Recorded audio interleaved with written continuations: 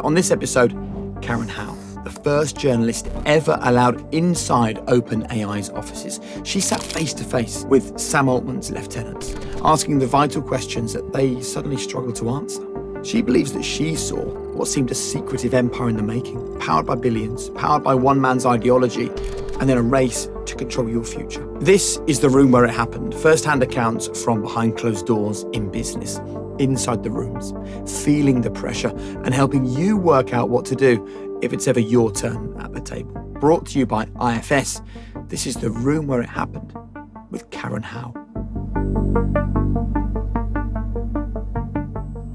Well, Karen, let's start by you taking us into the room where you had a conversation with Sam Altman's lieutenants. What did they reveal to you that perhaps made you slightly worried and maybe even changed the entire narrative of what you were going to write about OpenAI? Yeah, so this conversation happened in 2019 when I was a reporter at MIT Technology Review covering fundamental AI research. And OpenAI at the time was certainly not the company that it was today and didn't have the public reputation that it did today. But it was on my radar because I was trying to find organizations that were really pushing the frontier of AI, and OpenAI fashioned themselves as that. And so I embedded within the company for 3 days. And the very first interview that I had is the one that you mentioned, where I then sat down with Greg Brockman, the chief technology officer at the time, and Ilya Sutskever, the chief scientist at the time. What I was really curious about was OpenAI fashioned itself as, first and foremost, a nonprofit working on these fundamental AI research breakthroughs for the benefit of all of humanity. But secondarily, they had this term that they were really popularizing in the lexicon, artificial general intelligence, this idea that they were specifically pushing to advance AI software to a point where it could become as capable, if not more capable, than humans. And the reason why they had to do that was they, first of all, thought it was possible, and second of all, believed that they needed to, the good guys needed to get there first instead of the bad guys. So I was kind of just probing Greg and Ilya in that conversation. What is artificial general intelligence? What do you envision a future like with this technology? How are you actually going to get there? What are the harms or risks of the bad guys getting AGI first? Essentially just asking really, really basic questions about their premise as an organization. They were already a little over 3 years into developing OpenAI as it was. So I thought that they would have relatively straightforward answers. And it turns out that they really struggled to answer even those basic questions. And that's when I started becoming a lot more skeptical about whether or not what OpenAI said it was really what was happening beneath the surface. What was the thing that was said where you went, whoa, hold on, that's not what I thought you were doing here? There was nothing specifically that they said where I just had a shock factor moment. It was more like, one of the first questions I asked was, why are you spending billions of dollars on the problem of artificial general intelligence instead of something else? You're saying that you could build these systems to then solve climate change, but why not just deploy billions of dollars on existing climate technologies that we know are already going to make a dent on this particular problem? And they couldn't even really articulate that. Like, I remember Greg paused for about 15 seconds and then said, Ilya, maybe you take this one. And so it was little moments like that. And then after that meeting where we'd it was 45 minutes roughly, and we kind of went around a little bit in circles where basically the answer to every question ultimately ended up with, well, OpenAI's mission is to is to ensure artificial general intelligence benefits all of humanity. And that is what we're doing. And I thought the logic was very cyclical. Like, no matter what question I asked, it kind of always went back to the mission statement. So then after that meeting, I started interviewing researchers, and other executives within the organization over the course of the 3 days. And another thing that I started noticing was people said that the fact that no one could really define what AGI was a feature, not a bug. This was very much a scientific endeavor. They were exploring the frontiers of science to figure out the shape of what this technology would look like, which sounds reasonable until you consider the fact that they're deploying billions of dollars along the production of this technology that they are then promising is going to potentially bring utopia. And that is how they're continuing to accumulate those billions of dollars and continuing to get public license to forge ahead and create this technology. And then the other thing that I noticed was that the organization was weirdly secretive for what a nonprofit, a company that professed to be still a nonprofit that was meant to do research that they would open source to the public. They would not let me interview people without a comms person present. They wouldn't let me go just walk around to different parts of the office. And it was all because they were worried that I would see something that was not sanctioned to be publicly opened up to the public. And it was just odd because the premise was that everything would be opened up to the public. So there were all of these just little moments that ultimately amounted to me wondering whether to actually take what they said about themselves at face value. And then after my time within the company, I continued to source interviews on my own with people who worked there, and they started to confirm that there was a disconnect between what the brand and the veneer of OpenAI was and what they actually did behind closed doors. If you haven't already subscribed, please do right now. It means you don't miss an episode of The Room Where It Happened, and it helps us attract the brightest and best new brains to the show. We'll carry on the conversation in just a moment. But first, if I asked you to picture AI in action, I reckon you'd think of a large language model or something that you think optimizes your own personal productivity. But have you stopped to think about the impact that AI actually has on the big industries? Industries like aviation, manufacturing, construction, and energy. The kind of businesses that we interact with every single day that rely on AI without us even being aware of it. Let's take service management. Did you know 2 billion people a day use elevators and walkways maintained and serviced with IFS.ai? Industrial AI is IFS.ai. I've been working with IFS for years. I know them really well. I've seen the impact up close and personal, and I'm so proud that they're partnering with Room Where It Happened on this show. And if you're like me and your business deals with assets and you want to deliver the very best class service to your people and your customers, please check them out at ifs.ai. Proud partners of Room Where It Happened. And the reason why I think this is a really important conversation for us to have, right, is that there will be some people listening to this going, well, they're a business. They don't have to tell you everything that they're doing when they're running their own business. Like, you can't go and get every single secret from McDonald's or Coca-Cola or Nike. But this is not just any other business. This is the business that is effectively controlling the future of our planet and therefore the future of humanity. It's a business that we're so excited to dive into, so excited to use, so excited to work with. It's going to transform business, transform relationships, transform the world. So I feel like you that we do need to know, like, what is the end game here? Like, what are you doing with all of our data? What are you doing with the hours that we spend on your platforms trying to run our lives using your systems? So do you feel that at any time, Karen, you have the answer to this? Have you worked out whether they just didn't really know, or whether they are and were then actually doing things they just don't want the likes of you and I to know? It's a great question. And I completely agree with everything that you mentioned, that this business is not any other business, and the lack of transparency does have profound consequences and ripple effects. I would also add that it's funny because when I was embedding within OpenAI, it was actually not a business. It was a nonprofit.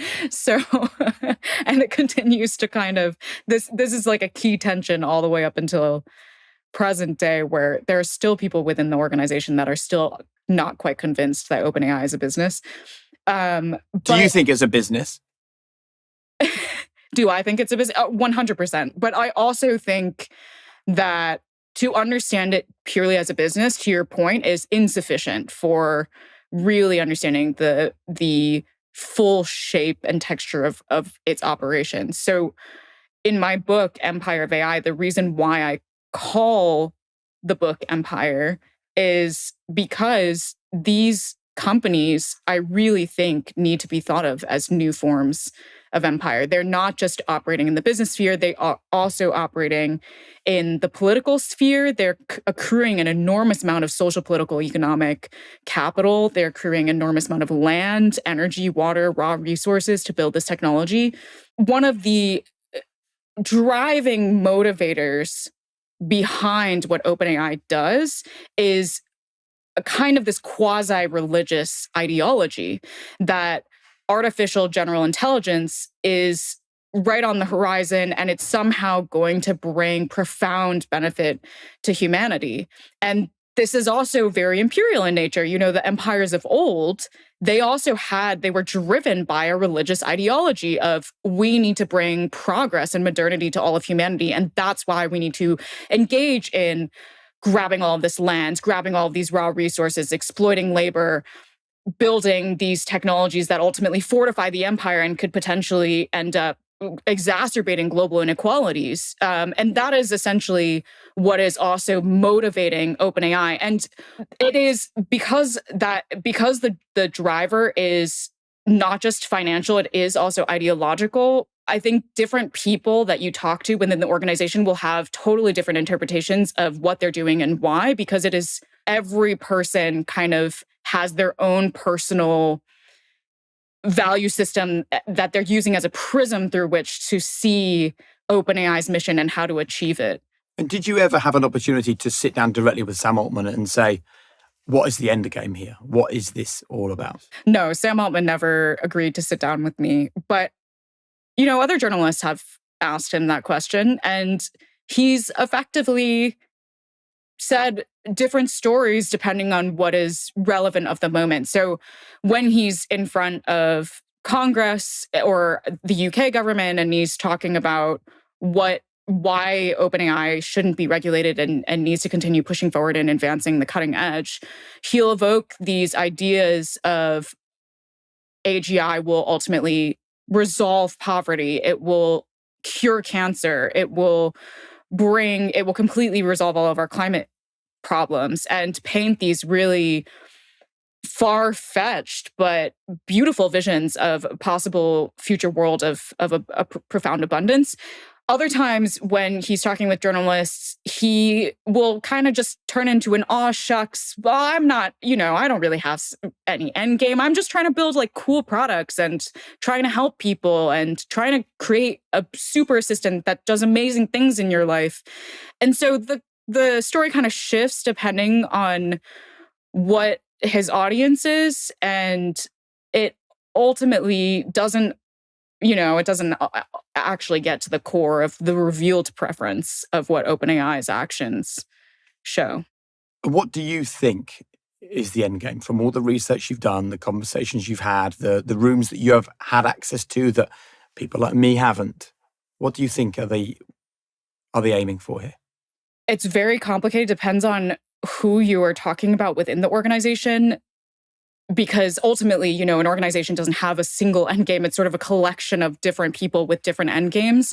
In terms of talking about Sam Altman's end game, I cannot ascertain explicitly what his end game is, but it is not lost on me that every single tech billionaire now has an AI outfit. That is an important fact to just understand. And what I would gather from the fact that they all have an AI company and they all are trying to build a chatbot is that they see this technology as some kind of ultimate quest. And if they can control developing their version of AI, they can make it in their own image. And that is going to help them to continue to accumulate significant power and potentially more wealth and more control over the future of how humanity is going to go. Other people within the organizations, I mentioned this word quasi-religious. There are people who they think that they are creating a digital god, or protecting us from a digital demon, and that this is their calling, that they were brought to this earth to usher in a new form of intelligence that will be the next stage of the human species, the next continuation of the human species. And so the organization OpenAI as a whole ends up being a strange conglomeration of all of these different beliefs, ideologies, endgames. And the manifestation is that it ends up having this incredibly imperial-like conquest where it's trying to dominate the whole world. You see, one of the things that I'm thinking about here, Karen, is I don't know what the other alternative is, because we have OpenAI, which feels like it's tied quite closely to one man's belief and ideology and the direction that he wants it to go. And we have all these many other people working within the organization that might have different ideas, but someone has to be driving the direction of OpenAI. Someone has to be deciding what our future looks like. Someone has to be thinking about what's the most valuable thing this can do for humankind. Someone has to be looking at the biggest risks that are posed to us as a species and wondering if AI can solve them. So if it isn't these people, then who is it? And is there a system, do you think, whereby we, as the human beings that are going to be impacted by this, deserve to have some kind of say over the people that are making these decisions for us?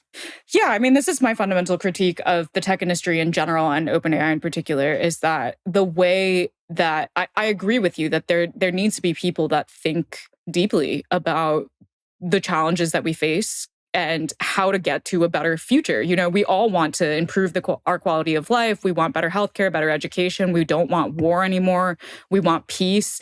These are all things that there need to be people thinking about, but they should also be elected representatives that represent all of us. And there should be a democratic form of governance around these extremely consequential issues and how they should be resolved and how we tackle them. And in general, that's just not at all how Silicon Valley operates. OpenAI doesn't operate that way. Meta doesn't operate that way. Google, Microsoft, Apple, they operate in a much more techno-authoritarian way where they dictate to billions of users, or in OpenAI's case, hundreds of millions of users, exactly what their these profoundly influential algorithms are going to do and integrate into their lives and shape the course of their healthcare, their economic opportunities, their educational opportunities. I mean, ultimately, like we need to have a say in these things that are molding who we become as a society. And I think that maybe at the very beginning of this journey, we didn't feel that we needed a say because we were sold this dream that these are people building structures to protect us as human beings, right? AGI was going to solve all of our problems for us, so let us get on with it and we will do it. And actually, I wonder whether the more you've looked and the more that you've scratched and the more you've seen below the surface, you think that actually that's some really smart branding cloaking a kind of classic Silicon Valley business. Yes. Short answer. One thing that's really interesting about Altman as a person is he's extremely strategic. And, you know, both his detractors and his boosters agree on this, that he's very long-term strategic. And I never got a smoking gun or found a document or whatever that said that his intention from the very beginning of co-founding OpenAI as a nonprofit was to just ultimately shed the nonprofit. But there is something to be said about how one, if you are an incredibly strategic person, how you would go about building an organization like OpenAI. So in the beginning, OpenAI was co-founded at the end of 2015. At that time, Google was the dominant AI player on the block. It already had a monopoly on some of the best AI researchers in the world. And so OpenAI, in order to catch up to Google, the main bottleneck was talent. They needed to figure out a way to appeal to some of these top AI researchers to leave Google, or new graduates that were coming out of PhD programs to not go to Google and go to OpenAI instead. And so from the early days in those first few years, OpenAI's main strategy, they couldn't compete on compensation, so they competed on a sense of mission. And the nonprofit was a really convenient signal of how committed OpenAI was to that mission. And Ilya Sutskever, the chief scientist, who was a very critical hire in the early days of OpenAI that legitimized the organization, he explicitly came to OpenAI because of that mission. He took a huge pay cut to come to OpenAI. And once OpenAI then had its team, the bottleneck shifted. Then the bottleneck became about capital because now it had a core group of really smart people and it just needed to build.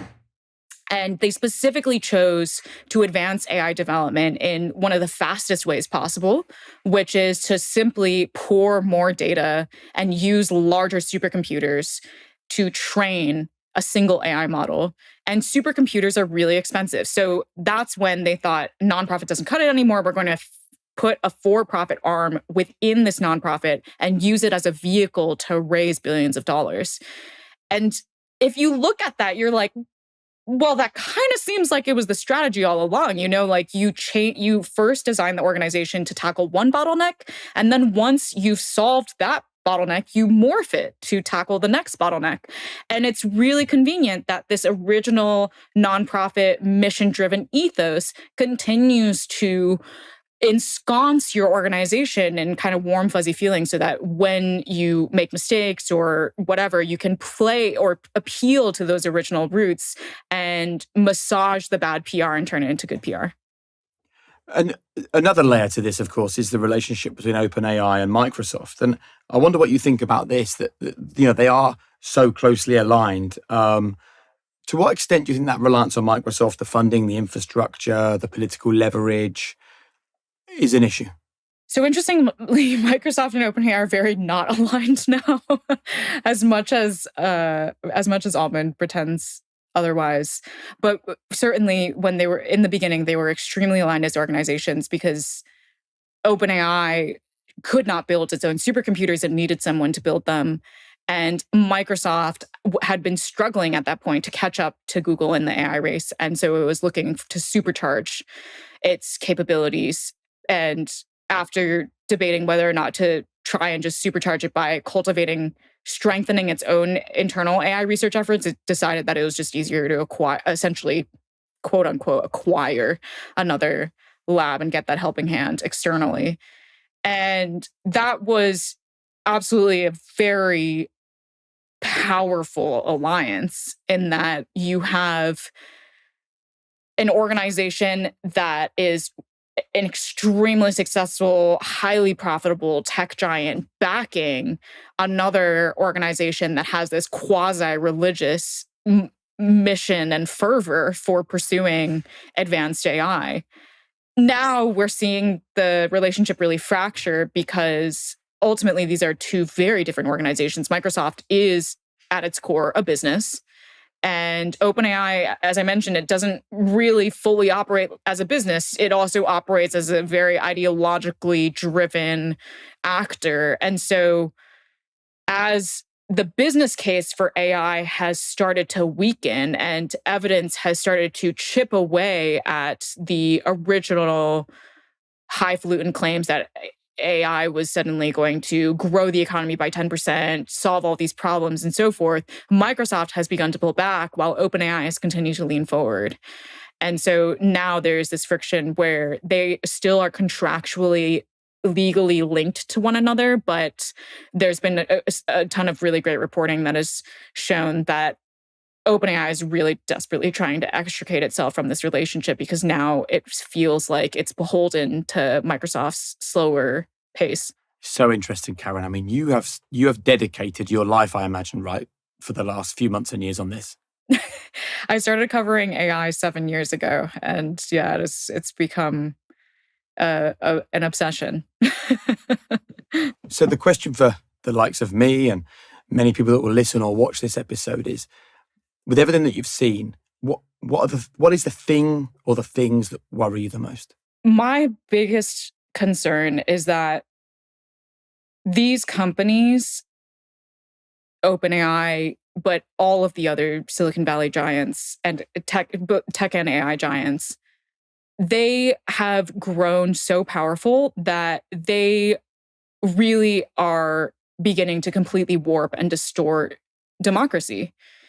They are able to make, they can acquire land, create digital currencies, take people's energy and water, hike up their utility bills, distort people's educational and economic opportunities just with the wave of a hand based on what they decide to deploy in their products one day to the next, based either on business or ideological grounds.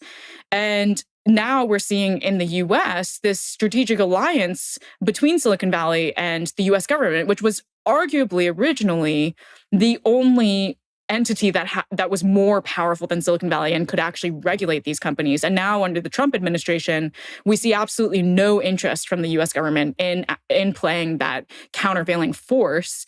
And so what I see as the historical parallel is really the British East India Company and the British Crown, where you had a corporate empire and a nation state empire that were strategically aligned and benefiting from one another in a way that really ultimately led to a lot of exploitation and harm around the world.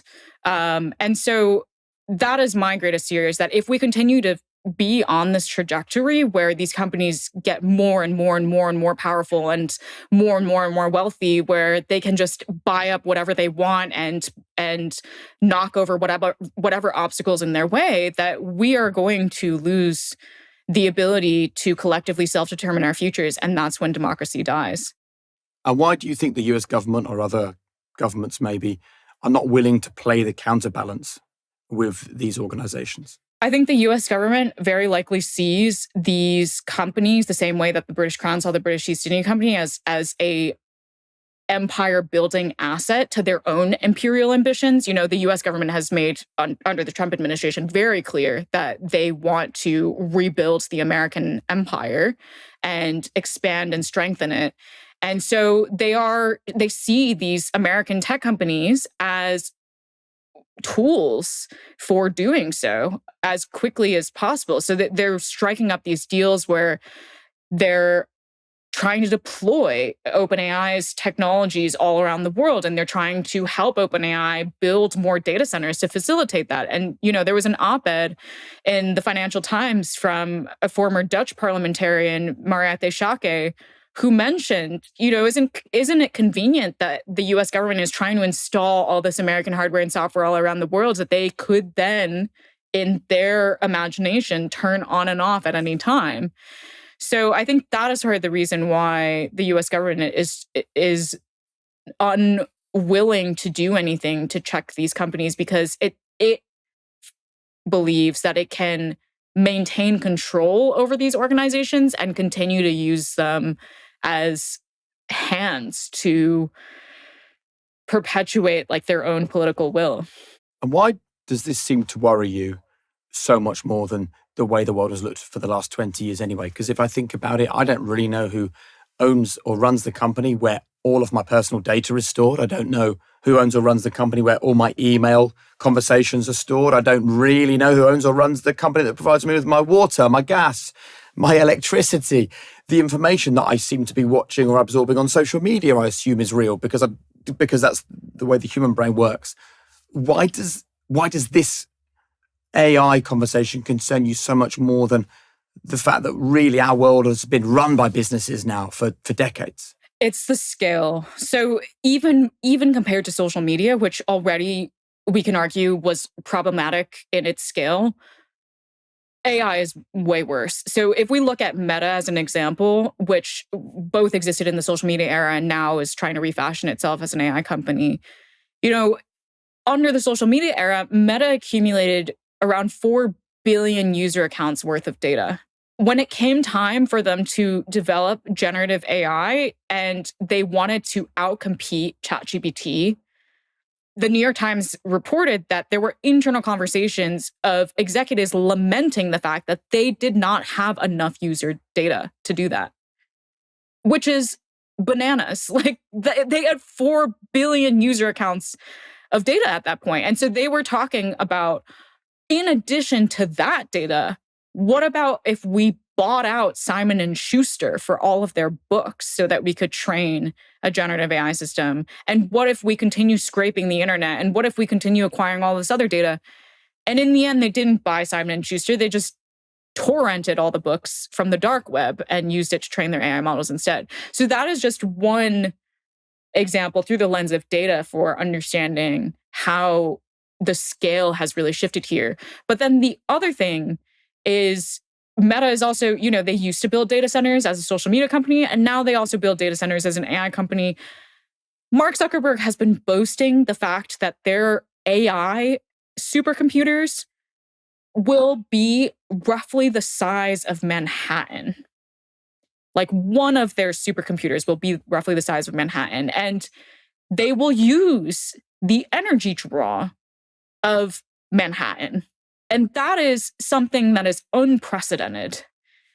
And that is single-handedly currently reversing an extraordinary amount of climate progress that we made in the last decade, because the amount of energy that we now need to add to the global grid is equivalent to adding half to 1.2 times the amount of energy used in the UK annually onto the global grid in the next 5 years. That's how much we would have to add to continue to support this current pace of growth.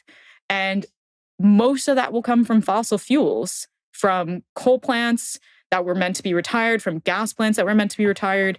So the scale has just completely exploded to an unfathomable degree. And sometimes I feel like the size and scale and numbers that these tech CEOs throw out at people is purposely so large and extraordinary that the average person in the world has never encountered something of that magnitude, and therefore it just becomes incomprehensible. And that's part of the strategy of how they can slip all of this under the radar. Like, what does it even mean to have a supercomputer the size of Manhattan? I mean, that's just like, you can't even begin to really think about that. On the room where it happened, we speak to high-performance CEOs, founders, industry leaders, and there's one thing that they all have in common. They know the value of energy, of clarity, of consistency. But for years, I struggled with that myself, especially actually when it came to sleep. But then I found this. This is Vitals by Heights. Just 2 capsules a day, packed with 20 essential nutrients, omega-3s, vitamin D3. This is backed by over 1,400 scientific studies. And honestly, after a couple of weeks, I noticed a genuine change. Deeper sleep, sharper focus, more energy when I was at work. And my sleep monitor backed it all up. Because the truth is, in business, you can't afford to run on empty. So if you're looking to show up at your best, start with your sleep. Head to heights.com/room or use the code ROOM20 and you'll get 20% off your first subscription order, or just click the link in the description. It's so interesting and good to think about it, because all I see at the moment is people getting excited that they can bring pictures of their loved ones back to life.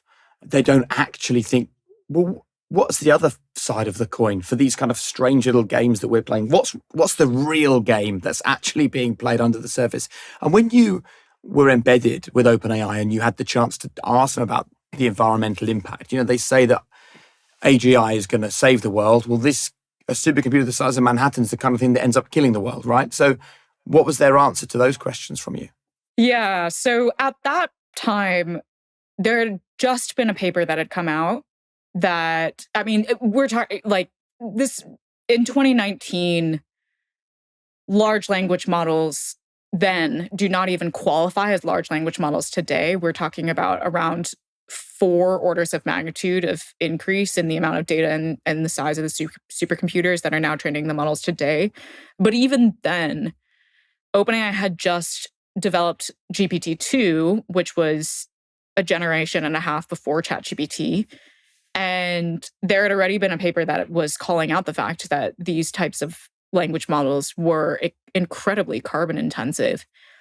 And so I asked, you're saying that you could potentially get to an AGI that solves climate change, but also along the way, there are not potential environmental consequences. There are documented real environmental consequences. And so you're saying that you'll be able to get to AGI, this theoretical possibility, before the real consequences of the process of getting there just completely take over everything. And Greg Bachman said, I wouldn't go too far down that rabbit hole. The answer in itself tells you quite a lot, doesn't it? Yeah. And Ilya Sutskever later said to Cade Metz, who is a New York Times reporter, longtime chronicler of the AI industry as well, this technology will become so useful that the Earth will be covered in supercomputers and power stations. And he considered that to be like a good future, that we'll just be surrounded by data centers and power stations no matter where we go. And in many ways, Karen, the more you look, the more you find. So we can talk about the carbon that's created. We can talk about the amount of water that needs to be drawn to keep these supercomputers cool. We could talk about supercharging mines and e-waste, which is the byproduct of what you've just mentioned. We can talk about AI-enabled weapons, and suddenly we could live in a world where AI is making decisions that at the moment human beings are making around warfare and other things. And we can, of course, talk about, as you have, concentrating AI power among a very, very small group of individuals and organizations. But if I'm listening to this, I'm thinking, well, hold on, what about all the great stuff? What about the advances in treatments for awful diseases, or trying to create food in countries where people are starving to death, or all of these issues that have plagued humankind for hundreds of years? Is there not a part of you that looks at it and goes, well, you know what, there's going to be a cost to AI, but maybe it's a cost that we should bear for the good that comes? There are many different types of AI. And I often use the analogy that AI is like the word transportation, where you can have a car, a bicycle, a rocket, all different forms of transportation, but they have very different cost-benefit trade-offs. And what these companies are trying to do is build the rocket version of AI, which arguably we do need some rockets for some things, but we don't need everyone to have a rocket. If you were commuting from Dublin to London by rocket, like, people would be like, what are you doing? This is completely disproportional to the task. And there are all of these other types of AI technologies that are more like the bicycle version of transportation, where it's much more efficient, it's much more task specific. It does one thing really well, like the advancing medical and drug discovery. So DeepMind, before it got onto the AGI train, they were working on task-specific models, such as one called AlphaFold, where AlphaFold is just a system that does one thing well. It predicts the protein folding structure from a sequence of amino acids. It's not trained on the internet. It's not trained on everyone's chat interactions. It's just trained on amino acid sequences and protein folding. Because of that, it's able to do this task with very, very high precision. And that is an important task for ultimately drug discovery, for understanding disease, for improving healthcare. And it ultimately won the Nobel Prize for Chemistry last year. And so when people say, well, isn't AI going to bring us potentially all these benefits so the costs are worth it? It's actually a false trade-off, because we're talking about totally different AI systems here. There's plenty of AI systems that already have demonstrated benefit in things like healthcare, education, climate, sustainability, so on and so forth, that actually have extremely small costs in terms of their development, both in terms of data and the environmental impact. They do not need to be trained on supercomputers the size of Manhattan. They can be trained on powerful laptops in some cases.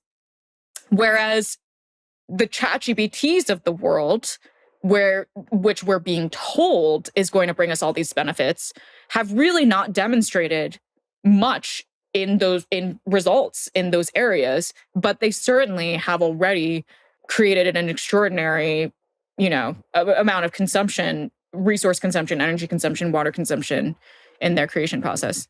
Look, Karen, your book is blowing up across the States. People are talking about the things that are in it. But I suppose the most important question is, what now needs to be done? If your book has one impact, what would you like that impact to be?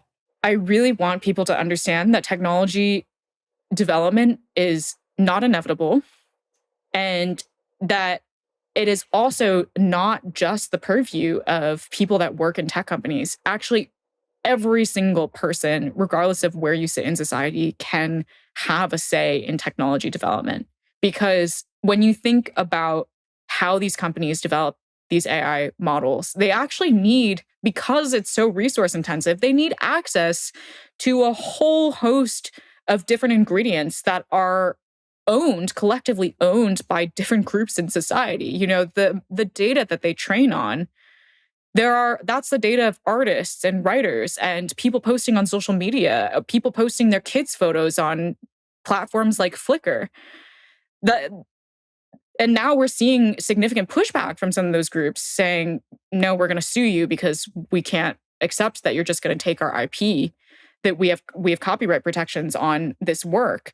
And that is them reclaiming ownership over a key ingredient that this company needs access to. We're seeing hundreds of protests breaking out around the world with people pushing back against data center development because they're saying, we don't want to host a data center in our community. It's hiking up our utility bills. It's creating all these other environmental impacts. It's reducing our air quality.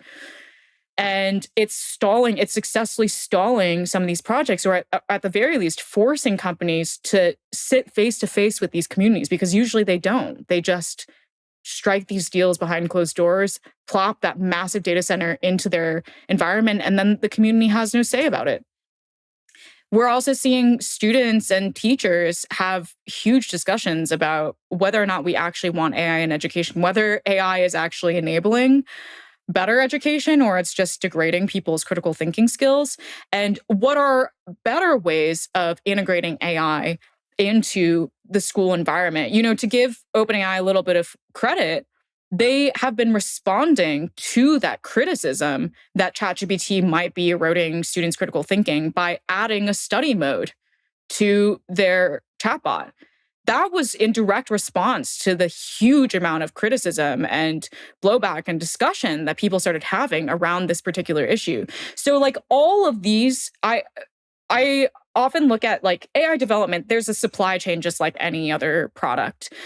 It's a digital technology, so people don't really think of it as having a physical supply chain. But just like the fashion industry, there is actually a physical supply chain there. There are all of these different ingredients. There are all of these different places where AI is either used or people decide to not use it.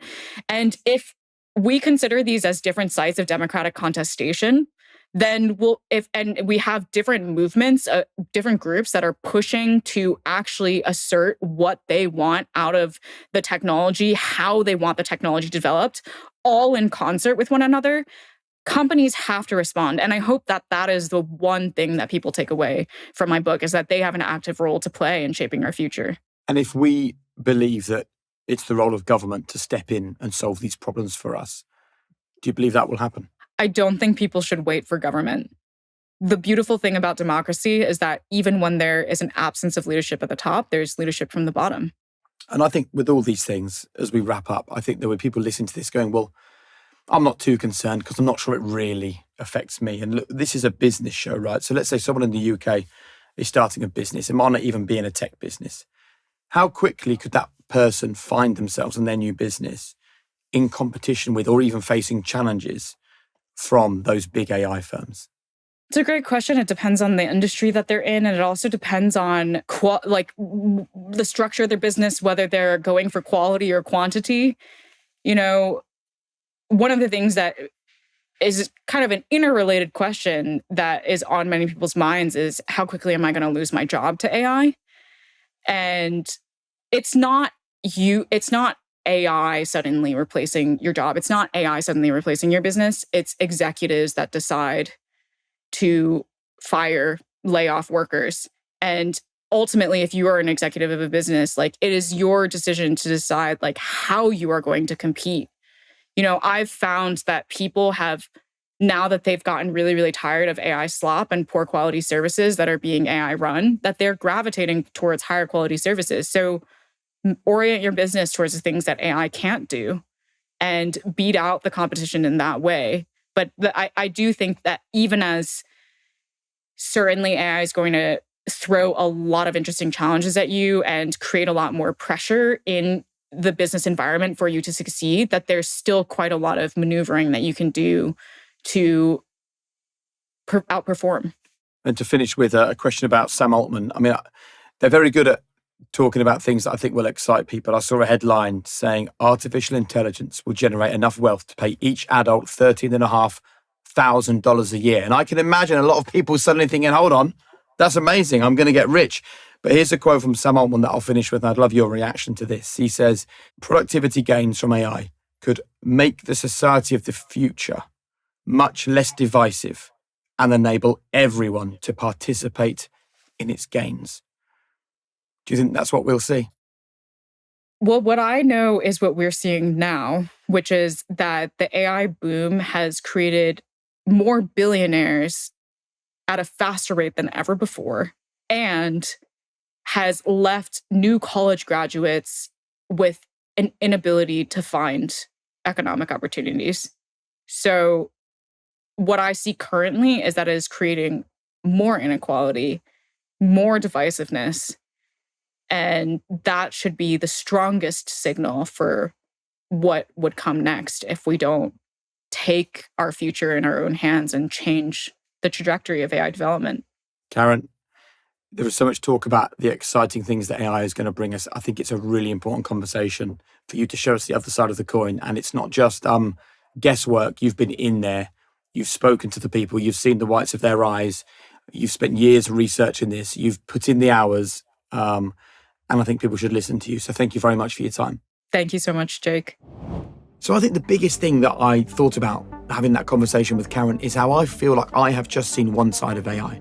All I've thought about is, how does it benefit me? How can it benefit my businesses? How can I work faster? How can I work smarter? How can I get it into the hands of my teams? I've genuinely not stopped until this conversation and thought to myself, what is the cost of this? What is the other side of that coin? How risky and dangerous is it that these companies, these AI businesses, which are without question going to be a huge part of our future, are controlled by very few people? How worried should we be that big governments are not stepping in to control it, to regulate it, to protect us as individuals? But at the same time, I felt inspired by the fact that she was saying that we, as individuals who seemingly are often powerless, actually do have the power to make a real difference here. And I don't want you to leave this thinking, well, that was a scaremongering conversation about AI. No one is saying that AI isn't going to make an incredible difference to your life, to my life, to the lives of everybody around us. But it's really important we also have these conversations so we understand the cost, we understand the people who are behind these movements, and we understand that it's not all going to be good in the future. There are going to be things that you and I really need to think about and think about carefully. Thanks so much for joining me. I hope you feel you've got loads to take away from being in the room where it happened. If you can just take a couple of seconds to subscribe, it means you get each episode directly to your inbox. And it also means we can attract more incredible guests like George Heaton, Rory Sutherland, or Richard Branson. Thanks for joining us. See you next time.